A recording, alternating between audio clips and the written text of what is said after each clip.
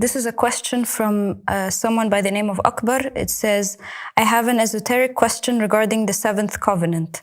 Are occult sciences such as crafting talismans for protection permitted? I understand that black magic is rightfully prohibited, but where can one learn about white magic, which is allowed? Additionally, I agree with what the Imam Abdullah Hashim said about how we need to reclaim symbols that dark forces have distorted to be perceived as demonic, and use them to nullify and combat the evil sorcerers. There's nothing wrong with the use of talismans. Talismans are something that people have used in almost every single culture and religion on the face of the earth.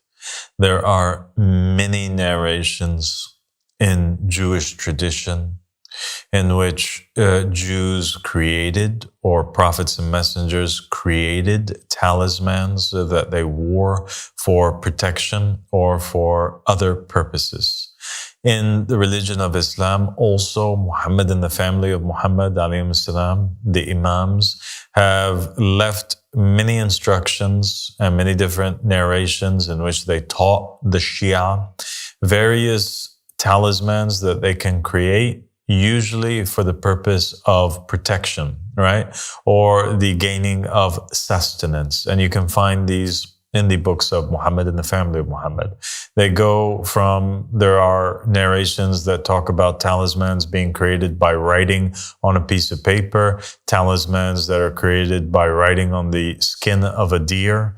You have other talismans that are basically carvings that are made onto precious stones or on rings that are worn by the Shia. So using or making talismans is something that is completely ordinary, and there's nothing that's haram concerning it. There's also nothing haram about learning about magic in general, or learning or studying any sort of knowledge. Okay? So even black magic, somebody can learn it and read about it and be educated in it, so long as they are not using it to harm or manipulate other people. So really, what's haram is not a type of knowledge, but it's the use of that knowledge.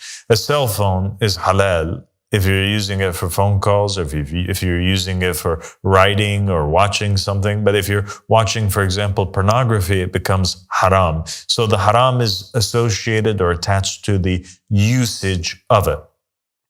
Now, where is it that the individual can read or learn about magic? There are a lot of sources that are kind of commercial fake sources and books that are available today that really don't work. And sometimes they'll find and there are also some sources that are available that are real sources or real grimoires that teach the individual how to learn about authentic magic. Okay, so you have a book called The Picatrix, for example. That's one authentic source. You have Shams al-Ma'arif is another authentic source.